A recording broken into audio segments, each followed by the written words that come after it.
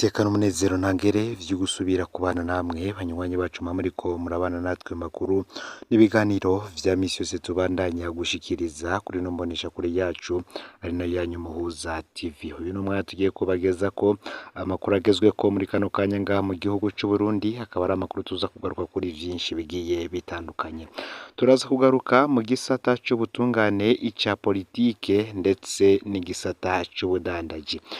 Ni vyinshi tuza kugaruka ko rero hano makuru yacu akaza kuba ashimikiye ku ngingo nkuru zikurikira. Kuri ubu abagabo bakora faux billets baciriwe urubanza i Ngozi. Aba akaba ari abagabo bane bagirizwa kwigana inoti shasha z'ibihumbi 10 ndetse n'ibihumbi 5 zakozwe mu mwaka w'ibihumbi 2022. Aba bagabo rero bagirizwa ibi vyose, akaba harimo n'abanyeshuri bo muri kaminuza y'u Burundi. Aba bose bakaba baburanye badahakana icaha, ndetse buri umwe umunyororo igihe azomara mu munyororo, vyose mukaza kuvyumviriza muri ano makuru, ndetse n'ihadabu yoba yaciwe buri umwe.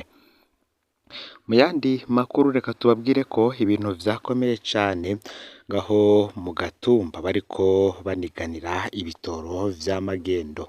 Akaba ari ubutumwa bwashizwe habona ku murango n'umunyagihugu ari mu Gatumba. Ikibazo c'igitoro casubiriye kuba akananira bahinga mu Burundi. Abanyagihugu baguma bandika bidoga ko babuze imodoka zibunguruza. Perezida Varisito Ndayishimiye yari yasezeranije abarundi ko igitora gifashe mu minwe ko kitazosubira kubura.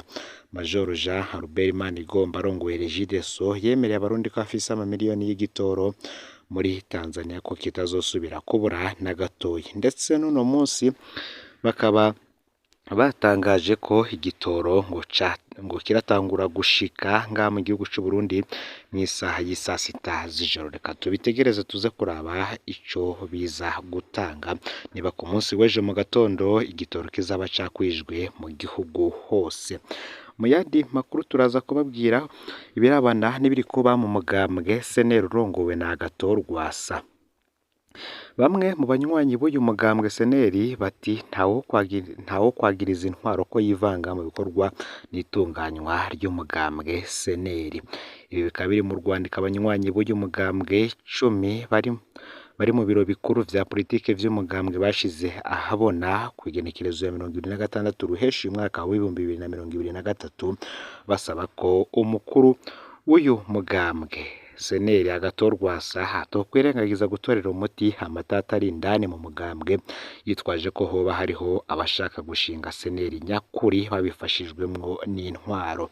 Aya n'ayandi yose ntuze gucikwa, fyonda subscribe canke sabone kuri hotel wa fyonda ko kugira ngo utoja ucikanwa n'amakuru n'ibiganiro tubandanya gushikiriza kuri no mbonesha kure uri mu bambere no Muhuza TV. Nkwaye kaze mwidonido yano makuru.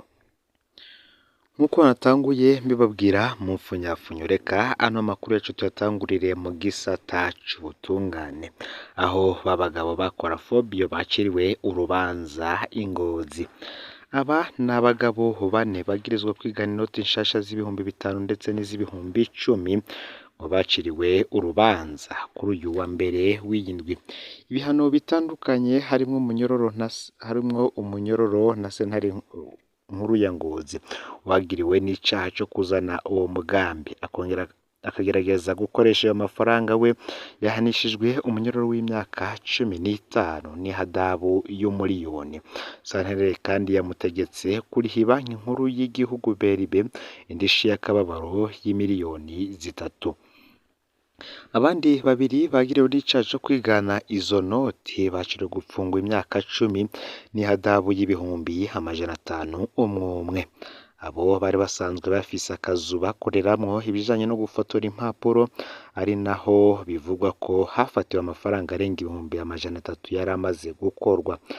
Wagirizwa gufasha muri ico gikorwa nawe yaciwe gupfungwa imyaka 7 n'amezi 6 hamwe n'ihadabu y'ibihumbi 500. Hakaba hari heze hafi 7 bafashwe. Ibikoresho harimwo imashini nyabwonko zibiri vyakoreshejwe vyaciye bishirwa mu minwe ya leta. Abagirizwa ibi vyose bivuga ko harimwo n'abanyeshuri bo muri kaminuza y'u Burundi, bo nabo bakaba batahakanye iki caha. Bamwe bavuga ko ariko ko bakoze ivyo batazi bahenzwe na nyene umugambi.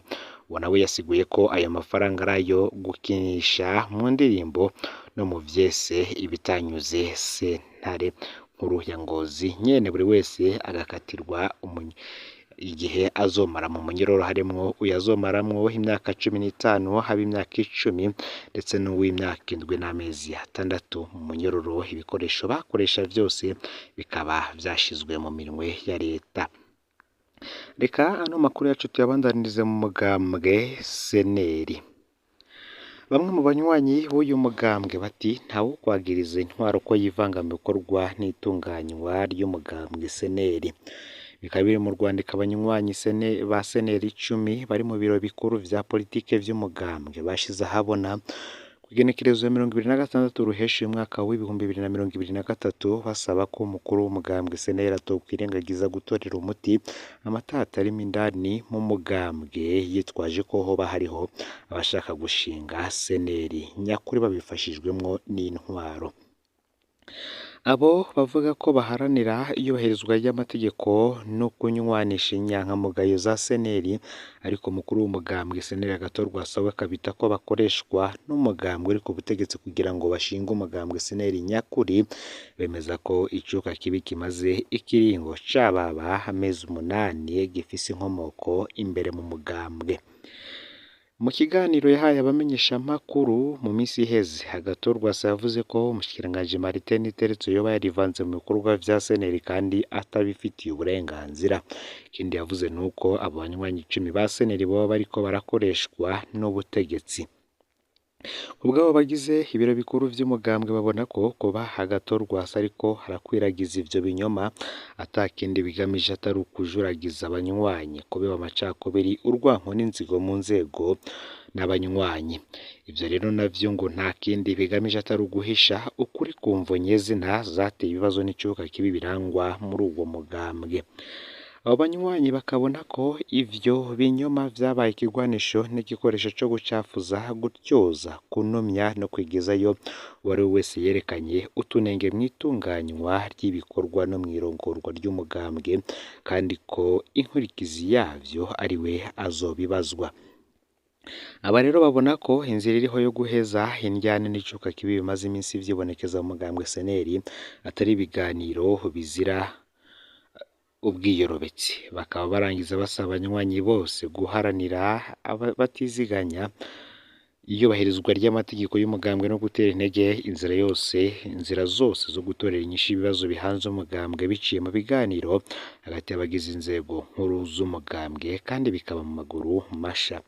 Ivyo biruko mu gihe rero umushikiranganji w'intwaro hagati mu gihugu, iterambere rusange n'umutekano Martin Teretse mu minsi iheze yafashe ingingo yo guhagarika vy'agateganyo ibikorwa vya seneri kugeza igihe bazotorera umuti indyane ziri muri uyo mugambwe. Ngibi rero ibiriko biravugwa muri seneri irongowe na Agathon Rwasa. Mu yandi makuru reka tubabwire ko mu ntara ya Rumonge iduga ry'ibiciro vy'ibifungurwa rivuye kwikurwa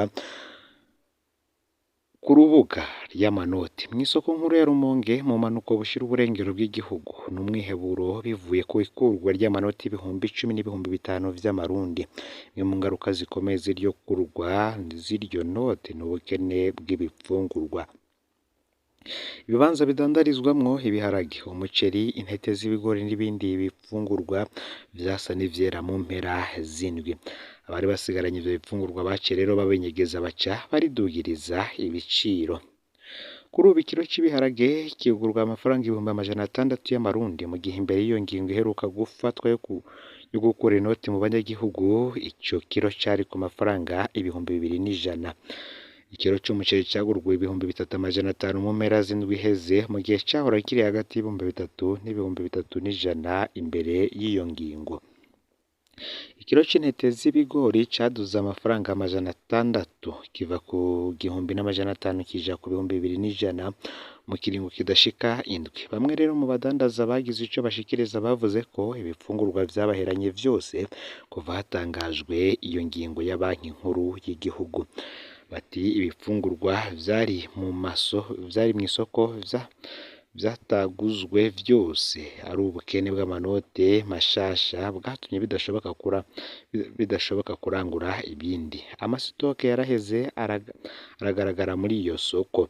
Amanote mashasha atangwa mu mabanki no mu mashirahamwe kuziganya ni make.